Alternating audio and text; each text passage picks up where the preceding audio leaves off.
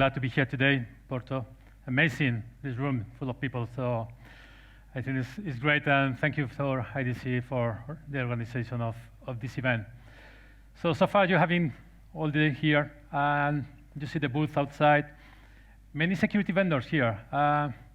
So far, I think that most of the presentations you have seen today have been focused on how to protect yourself, how you can defend against the bad guys, and what can you do on your side to feel safe on this. So I would like you now to change your mind a little bit, because it's not the problem now that we are going to see. How do you shield yourself on the security side? The problem now is, or the change of the mind is, how does the hackers see us? And this is the key thing. Because at the end of the day, when we met many customers, some of them, because they have these fantastic tools and solutions that we have seen during the day, they feel safe. But feeling safe is not enough on cybersecurity. We really need to validate, and we need to make sure that things are working in the way that we need. So just moving forward on this, the first I want just to share with you is who we are. Pentera is an Israeli company, and we have a team that is leading for Iberia. I just lead the team as Regional Manager, but we do have Andrea on the sales development, we have Deborah, field marketing, we have Rodrigo, our engineer, we have Marta, and we have Noam, that is also here. So I invite you to go into the booth, not only to see the demo, just to introduce yourself and meet the team that we are responsible for Iberia, Spain, Portugal, together with our partners. So, as I said before, most of the time when we go to a customer, what we find is something like this. You have all these tools, most probably from different vendors. You have the firewall, the XDR, DDR, the CM. You have probably an external SOC that they are supposed to help you on the incidents that you have. But the main question that we do have at the end of the day is, okay, this is perfect, looks great from my side. But do I have a real attack? Everything is going to work as expected? Or is there any gap in my security that I'm not even aware of that? So one of the things that we see with our customers, or with many prospects, when you have a real attack, hopefully not many of you have experienced this, but then you have this analysis, forensic analysis of what happened. And many times we discover a lot of things that are not supposed to be there. We found out that we just have this policy that has to be applied to all the laptops in the company, and we don't know why, but this 10 laptop didn't have this policy applied. Why? So we have the EDR, and we found out in customer that, well, this is a real example, that in a customer we succeed doing the attack because one of the EDRs that they do have in one of the laptops was not the one in production, was the one that was used for a demo. And they forgot to put it into the new console that they bought after the demo. So that one in particular, they have the EDR was installed already, but was not doing nothing. So for an attacker point of view, again, it gives us all the chance to perform the attack and to succeed on it. So what Pentera is going to do here, we are going to help you with real attacks. As I said, not forget about the defense. Security, just put your eyes on the hacker. This is how the hacker are going to see us. And we have two different now, inside the platform of Pentera, we have two different solutions. One is about the external part. So it's Pentera Surface.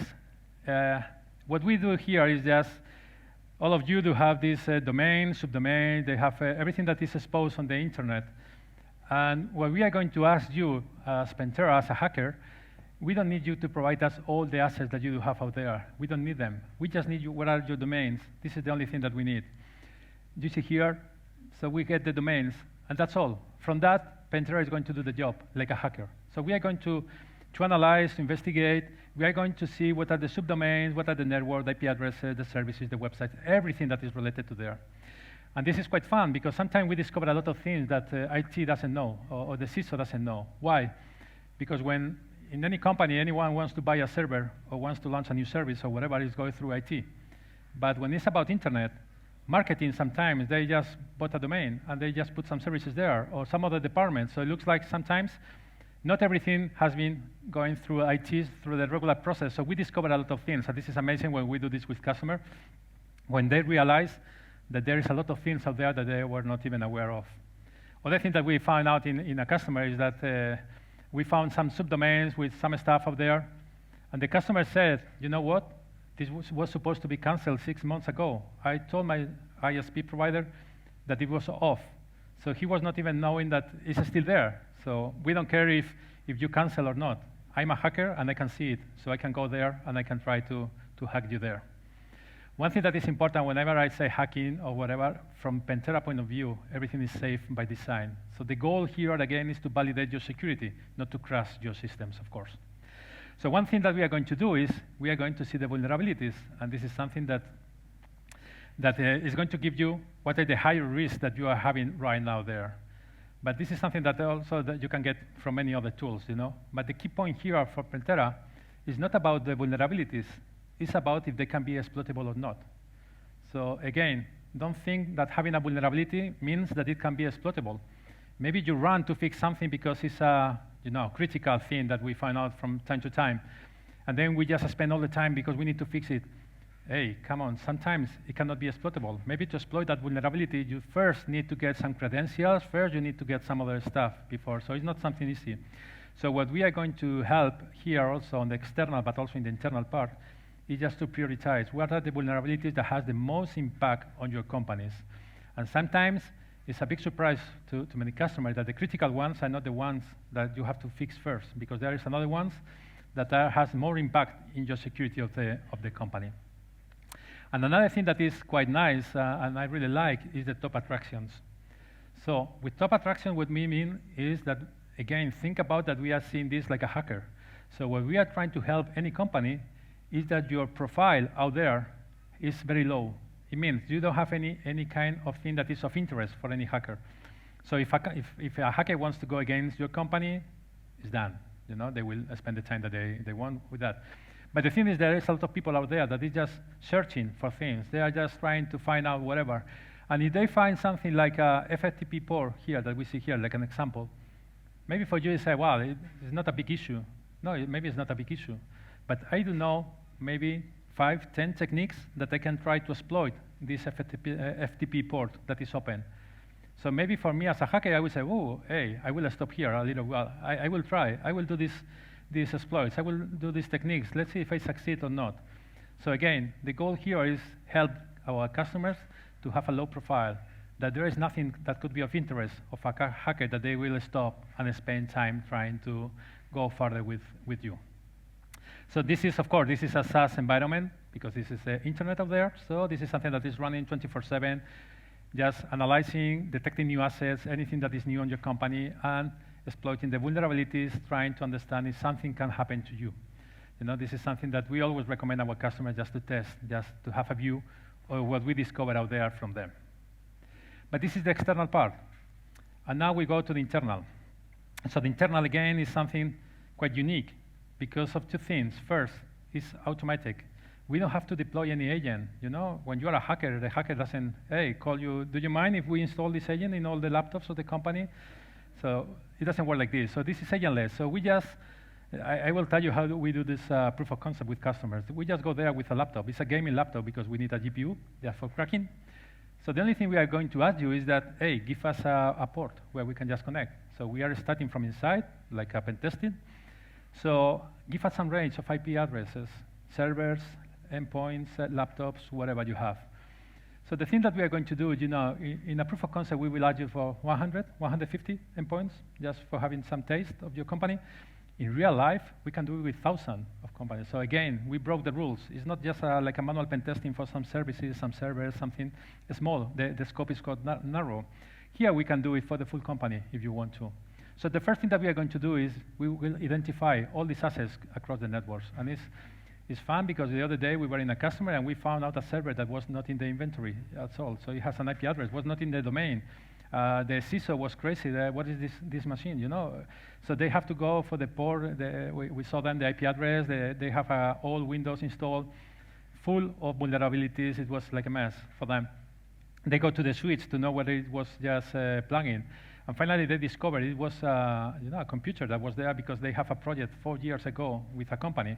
The company left, but they left the computer there. And it has been on for the last 4 years without any update, without anything in the network. So the first thing that we are going to do is just understand everything that is on the network. If they do have the ports are open, closed, filtered, the services that are running, everything. Next thing we are going to do is vulnerability assessment, and this is, again, most of you know, and then probably all you have already vulnerability assessment tools that are focused only on this. For us, it's just the start of the journey that we are going to do. So we don't care about all the vulnerabilities. We don't care about the vulnerabilities that affect the cybersecurity. So I always say to customers, if you have a vulnerability that can change the color of the letters from yellow to green, we don't care. But if it allows you to execute remote code, or remote code execution, then it's an issue. Then we are going to be there. So we just do the assessment of vulnerabilities, the static ones, like other solutions, but also the dynamic ones. So the dynamic ones is that you are using maybe protocols that are insecure by default, or you have some misconfiguration on some protocols that can allow a hacker just to perform and moving forward in the attack. So starting from here, we are just sniffing the network. We detect some hashes, probably by SMB, by HTTP. Whatever we detect some hashes, we will try to crack. And I know all of you have we all have the same rules for password, that 10, 12 digits, uppercase, lowercase, numbers, whatever. And then you go to this, and then even if you feel safe, because hey, it's 12 digits. I think that we all saw these graphs where they say that they will take 2 years to break something like this, Well, every time that they launch a new GPU, they have to be updated, and now what was 3 years ago, now it means that in 2 weeks can be broken.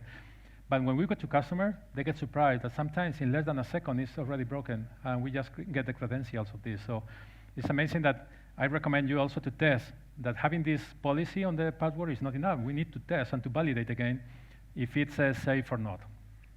So we are going to do a lot of stuff. We will launch all these attacks.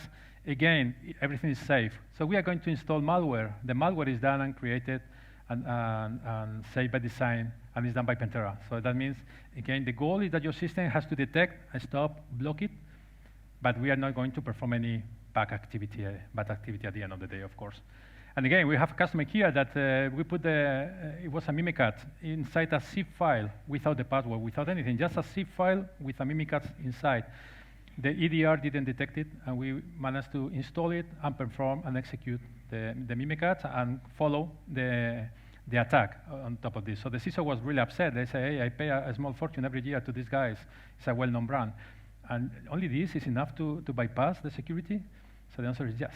So sometimes it's as easy as just putting the malware inside a zip file, and it works. But again, they never tested this before. This is the first time that they say. We discovered another customer where we find out that by SSH, we could, any user of that directory could log into the firewall, and they can put anything on the rules. They can change everything. Everybody could access the firewall admin console.